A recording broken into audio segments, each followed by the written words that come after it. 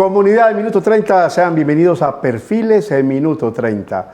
Perfiles para descubrir las personalidades de nuestro departamento, el área metropolitana, pero hoy tenemos un perfil diferente, un perfil nacional, porque nos visita en los estudios de Minuto 30 el doctor Juan Manuel Galán Pachón. Juan Manuel, bienvenido. Muchas gracias, Pique, muy contento de estar acá. 51 años. Sí, recién cumpliditos, el 29 de julio. Bueno, yo quiero en este perfil que hablemos no solo de usted, sino también de política, pero quiero empezar por la parte suya. Claro. Bueno, hijo de... Luis Carlos Galán y Gloria Pachón de Galán. La historia del país está en su familia, ¿no? Pues una buena parte, sí, porque además por punta y punta en mi familia tenemos historia. Mi abuelo materno, Álvaro Pachón de la Torre, fue fundador del Magazine Dominical del Espectador. No me diga. Fue un periodista de la generación de Guillermo Cano, muy importante, que pues se mató trágicamente en un accidente regresando de la fiesta de despedida de soltero de Guillermo Cano, que se casaba con Ana María Busquets. Se cayeron por el río Fucha en un carro convertible y se mataron. Y por el lado de mi papá, mi abuelo Mario Galán Gómez, pues fue una persona muy activa en la vida pública. Él fue presidente de Ecopetrol 12 años, fundador de Terpel. Mi abuelo fue secretario de Educación del departamento de Santander y fundó la Universidad Industrial de Santander. Una persona muy activa en todos los temas políticos y públicos. Yo le hago una pregunta especial porque sí, lo hemos visto usted yo lo digo toda la vida en el buen sentido, es decir, encendemos la televisión, los periódicos, la radio. Usted ha sido un senador de tres periodos, ¿no? Estuve 3 periodos en el Senado, del 2006 al 2018. ¿Cómo es la política? O sea, que mucha gente dice, no, eso es muy aburrida la política. Para usted, ¿qué es la política o cómo es la política en el país? Bueno, la política es una actividad que tiene sus sacrificios y sus dificultades. El principal es la ausencia de tiempo para compartir con la familia, para tener cosas que uno tiene en la vida aparte de su actividad principal. Pero tiene también cosas, en el caso mío, que son unas grandes compensaciones, y es sobre todo el cariño que uno siente en la gente, el afecto, el recuerdo, que es una mezcla de nostalgia y de frustración, pero también pues de alegría y de esperanza en que todas esas ideas galanistas que hemos querido recuperar desde el nuevo liberalismo como espacio democrático, pues se puedan consolidar. Entonces hemos percibido eso en muchos sitios. Ha recorrido Colombia, ¿cierto? De norte a sur, de oeste, ¿cierto? Sí, desde enero a hoy hemos recorrido 21 departamentos y no hemos ido solamente a las capitales, que mucha gente va a la capital del departamento y se devuelve para Bogotá. No, hemos ido a los municipios, en muchas zonas del país, en la costa Caribe, en la costa Pacífica, en el eje cafetero, en la región central, en Antioquia también. Y lo que nos preocupa es la falta de garantías para las elecciones del 29 de octubre. No hay garantías para que esas elecciones sean libres y justas porque hay unos problemas de seguridad y de transparencia en la financiación muy graves. Hay una cantidad de grupos, que es lo que he percibido, criminales, que han ido tomando ventaja en el territorio bajo la sombrilla de la política del gobierno Petro de la Paz Total y están extorsionando, no solamente extorsionan a los grandes empresarios o a los grandes comerciantes, sino a la señora que vende arepas en la esquina le cobran por pararse en la esquina a vender sus arepas. Al señor que tiene la carreta de fruta le cobran también. Todo eso de las fronteras invisibles territoriales que pues acá en Antioquia se ha conocido mucho. El gota a gota, los asesinatos selectivos, lo que hacen perfilando candidatos, financiando candidatos, apoderándose de las contrataciones en alcaldías y gobernaciones que para ellos es estratégica. Por ejemplo, el PAE, el Programa de Alimentos Escolares, es uno de los contratos más apetecidos por estas organizaciones criminales, como por ejemplo el Clan del Golfo, en la costa Caribe, que está bastante presente. Entonces, hemos reclamado al gobierno garantías en la Comisión de Seguimiento Electoral, pero no vemos una voluntad del gobierno de tomar esas medidas, de tener una estrategia clara para que la fuerza pública además tenga instrucciones y órdenes claras de ir a la ofensiva en las operaciones y en los operativos para contrarrestar este avance de las organizaciones criminales en nuestro proceso electoral. Y por eso tomamos la decisión de enviar una petición a la OEA, la Organización de Estados Americanos, a la Unión Europea y a Naciones Unidas para que envíen una misión de observación y verificación electoral para las próximas elecciones, porque nos estamos jugando el poder territorial, el poder local, y la gente hoy no es libre políticamente para escoger a sus gobernantes o a sus representantes. Cuando se habla de partido y el que usted representa, ¿cuál es la visión que se le debe entregar a esos que quieren entrar o que dicen, yo me siento identificado con ese partido? Pues el Nuevo Liberalismo es un partido que se llama Nuevo Liberalismo, pero no es nuevo, realmente tiene 40 años de historia desde que Luis Carlos Galán lo fundó en 1979. Y es un partido que nació para interpretar a una Colombia que no tenía representación política en el bipartidismo tradicional. Básicamente la clase media, profesional, urbana, pero también los campesinos en las zonas rurales del país que no tienen esas posibilidades de oportunidades de acceso a servicios que sí se tienen en las grandes ciudades. La lucha contra dos tipos de esclavitudes que nosotros tenemos en Colombia. La esclavitud centralista, el país está ultra centralizado en el gobierno nacional y en el presidente de la República. No tenemos un sistema presidencial, sino una monarquía presidencial absoluta, en donde nada se mueve en los territorios y regiones si el gobierno nacional no le parece, no lo autoriza, no da la señal, no da la orden. Los alcaldes, por ejemplo, de los municipios de sexta categoría en Colombia, pues no pueden gobernar en sus territorios, les toca ir a Bogotá a mendigar una partida presupuestal que les permita viabilizar un proyecto de inversión, porque ni siquiera tienen presupuesto para poder cubrir los costos de una consultoría para estructurar un proyecto de inversión.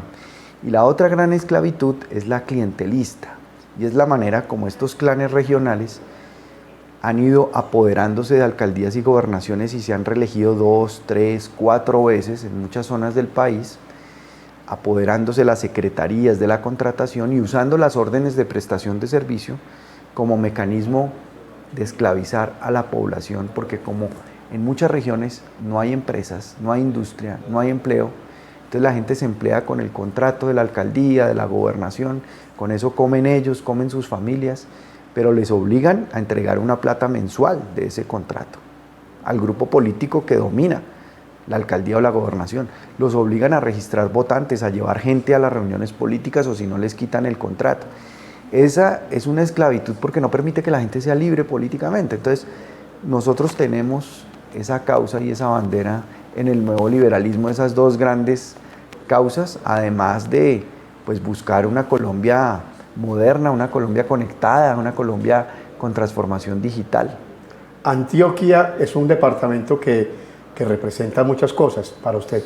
¿Qué representa Antioquia? Bueno, Antioquia representa liderazgo, representa como ese estado de ánimo, esa fe en el territorio, ese orgullo paisa que pues históricamente ha existido, destacarse, el emprendimiento, el correr riesgos, el avanzar, el ser muy solidarios, muy organizados. Eso es lo que representa el departamento de Antioquia: industria, emprendimiento, pujanza, además pues una gran diversidad, porque este es un departamento muy diverso. Y esa tal vez es la gran riqueza que tiene Colombia, la diversidad entre sus diferentes regiones y la biodiversidad, porque somos el país más biodiverso del mundo por kilómetro cuadrado. Le ganamos a Brasil. Y en aves somos el número 1, pero hemos desaprovechado esa riqueza y no nos hemos organizado como sociedad para que esa riqueza podamos potencializarla. Por ejemplo, lo que invertimos en ciencia, tecnología, innovación, investigación y desarrollo es nulo. Y necesitamos aumentar ese presupuesto para poder potencializar esa riqueza de la biodiversidad. Colombia invierte el 0.2% de su PIB, de su Producto Interno Bruto, en ciencia, tecnología e innovación. Israel invierte más del 6%. Y mire lo que ha hecho Israel en un desierto, sin agua, las técnicas de agricultura que han desarrollado, los inventos tecnológicos que han significado avances de vanguardia para toda la humanidad. Es muy interesante, es muy importante eso. Y tienen también unos desafíos de seguridad tremendos, porque tienen alrededor una cantidad de vecinos que quieren borrarlos del mapa, acabarlos. Entonces yo creo que Colombia tiene grandes oportunidades. Yo soy optimista sobre Colombia, pero sí tenemos que tener como eje fundamental la construcción de Estado territorial. Porque ¿por qué esas organizaciones criminales dominan en ciertos territorios? Porque no hay Estado. Y el Estado no es solamente la fuerza pública, tener policía y soldados por todas partes. Eso es una parte importante, pero el Estado es el Estado social de derecho, los derechos básicos de la población garantizados, que haya vías terciarias, que haya conectividad digital, que haya saneamiento básico. Es decir, todo eso es la presencia del Estado, y que haya justicia. Es decir, que las personas en ciertos territorios no recurran al jefe paramilitar o al jefe de las disidencias de las FARC o del ELN porque tienen un problema de vecinos o una disputa, sino que haya una institución de justicia que imparta justicia y represente el Estado en el territorio. Todo eso es lo que tenemos que lograr para avanzar y progresar. Este programa se llama Perfiles. ¿Cómo se ubican los mejores perfiles, por ejemplo, del nuevo liberalismo en Antioquia? ¿Cómo estamos ahí?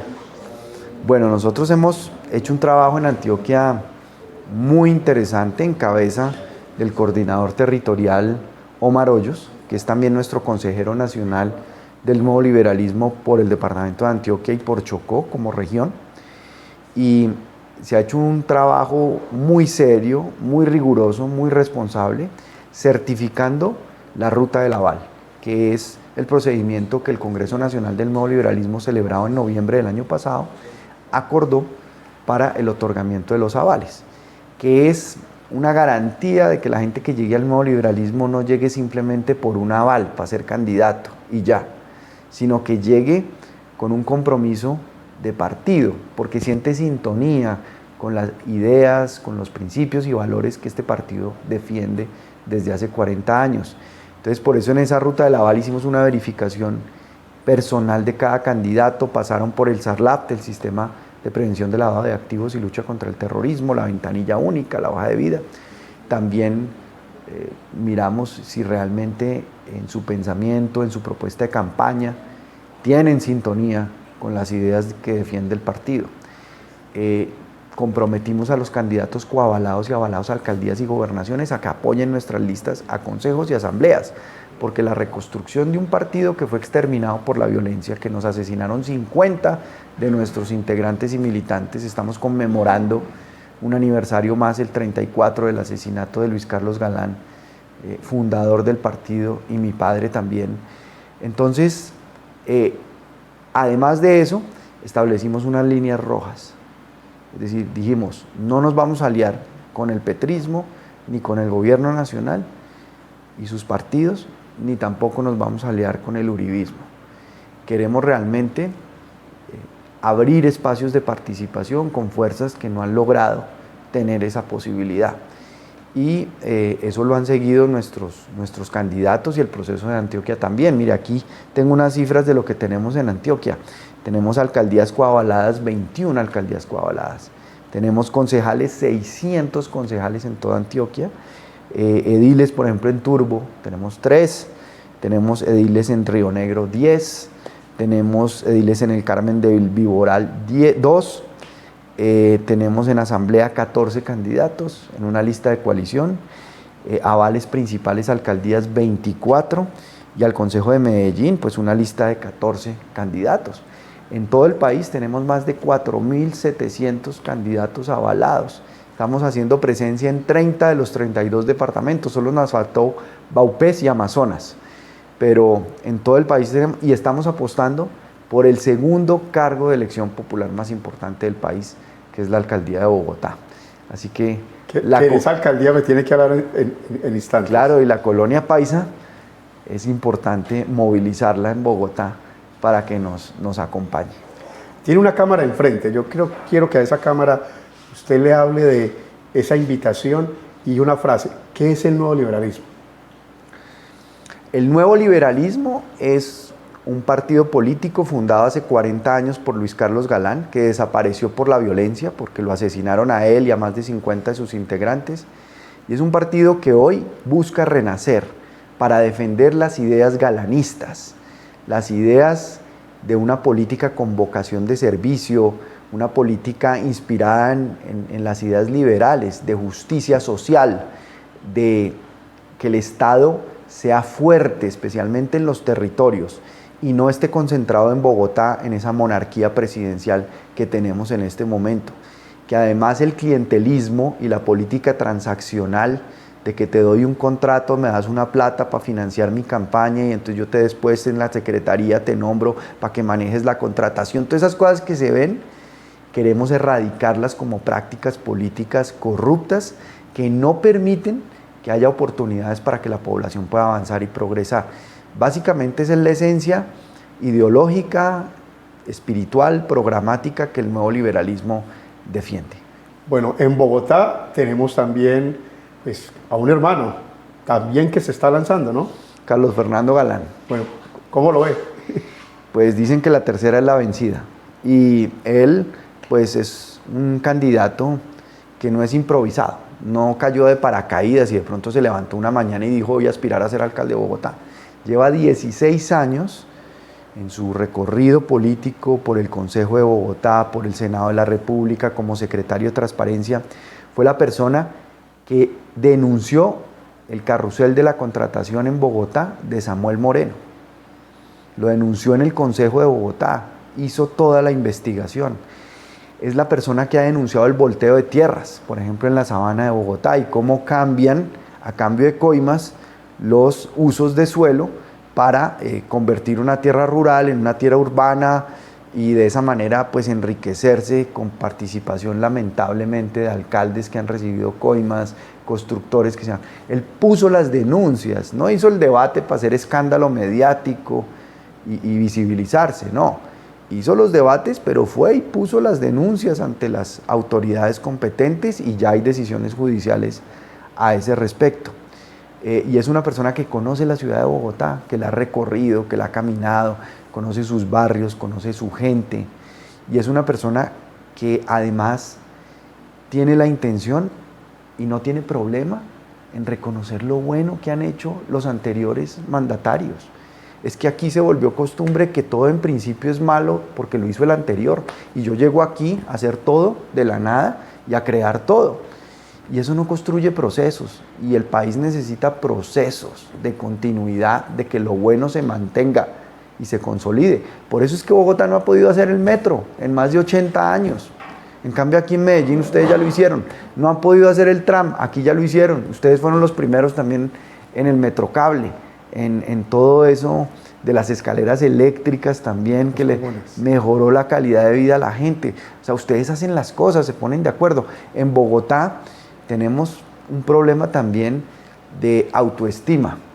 O sea, aquí hablamos del orgullo paisa, pero en Bogotá, el orgullo por Bogotá, el amor por Bogotá, el sentirse orgullosos de ser bogotanos, eso también lo tenemos que recuperar, y lo quiere recuperar Carlos Fernando, poniéndole todo el énfasis a la seguridad, ¿no? Que es el problema número uno para el 70% de las personas encuestadas en Bogotá, el problema de la inseguridad. Y para eso también tiene una propuesta seria, una propuesta integral que tenga el componente social muy presente, que los jóvenes puedan tener un proyecto de vida, y su proyecto de vida no sea ser reclutados por una organización delincuencial y criminal, pero también pues mejorar las capacidades de la policía. Tenemos que profesionalizar a la policía, tenemos que aumentar el pie de fuerza, pero no aumentarlo solamente en cantidad, sino en calidad, con herramientas de inteligencia artificial, también con la cultura ciudadana, que es un componente también de su propuesta que él le ha reconocido a Antanas Mockus, que lo implantó en Bogotá, y Bogotá se transformó por la cultura ciudadana. En todo eso él está trabajando y está comprometido, y por supuesto la movilidad y los grandes proyectos de movilidad que tiene Bogotá. Bueno, ya en esta recta final es el perfil. En una frase, familia. No, la familia es todo lo que le permite a uno tener un soporte de vida, es todo lo que lo anima y lo motiva a uno a levantarse todos los días, es el objetivo primordial, y pues tengo la suerte de tener, gracias a Dios, 2 hijos maravillosos, uno de 19 años, uno de 15, con los que tengo una relación ahora mucho más de amistad, que fue la relación que yo no alcancé a desarrollar con mi papá, porque lo asesinaron cuando yo tenía 17 años. Entonces yo estoy tratando de también tener esa relación ya de amistad con mis hijos maduros. Cuando muchos llegamos a estudiar libros de historia, obviamente ahí debe aparecer su padre en muchos libros. ¿Cómo quiere que la gente lo recuerde? ¿A mí? A su padre. A mi padre nosotros escogimos el epitafio en la tumba de él en el cementerio central, que dice: quiero que el país me recuerde como el hombre que ayudó a cambiar la manera de pensar de la nación, que fue su objetivo finalmente en la carrera política. No fue llegar a la presidencia era un instrumento para lograr una transformación. Aquí nos vendió Gustavo Petro el cambio, pero el cambio terminó siendo el cambio para que todo siguiera igual o peor que antes. Lo que necesitamos es una transformación, y las transformaciones ocurren cuando hay cambios en la manera de pensar de las naciones, de las sociedades, de la gente. Y eso era lo que él buscaba, un cambio en la manera de pensar, que fuéramos más organizados como sociedad, que nos empeñáramos todos por construir y fortalecer las instituciones democráticas en los territorios. Eso fue su apuesta.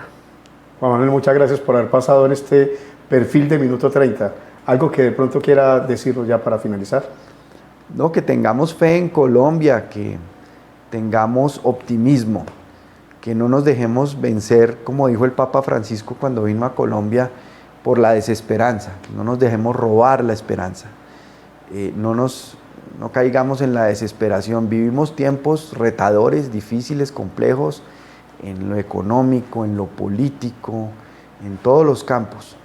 Pero este país ha salido adelante de momentos muy difíciles. Lo que no podemos seguir es repitiendo la historia, porque si repetimos la historia, cada vez el precio es más alto, y no podemos regresar a esa época de los 80, cuando en una campaña presidencial nos asesinaron 3 candidatos presidenciales, cuando los narcotraficantes al que se les atravesaba lo iban eliminando a punta de plata o a punta de plomo. No podemos repetir esa historia. Mire lo que pasó en Ecuador con ese candidato a la presidencia, lo que pasó en Haití con el primer ministro, lo que pasó con el fiscal de Paraguay. Esa historia no la podemos repetir, pero depende de nuestra generación trabajar para que la historia no se repita y para que Colombia construya otra historia. Él es Juan Manuel Galán, líder del Nuevo Liberalismo, que visita los estudios de Minuto 30 y quien nos entrega su visión de Colombia, su visión de Antioquia, su visión de compromiso por el país. Este fue otro perfil Minuto 30.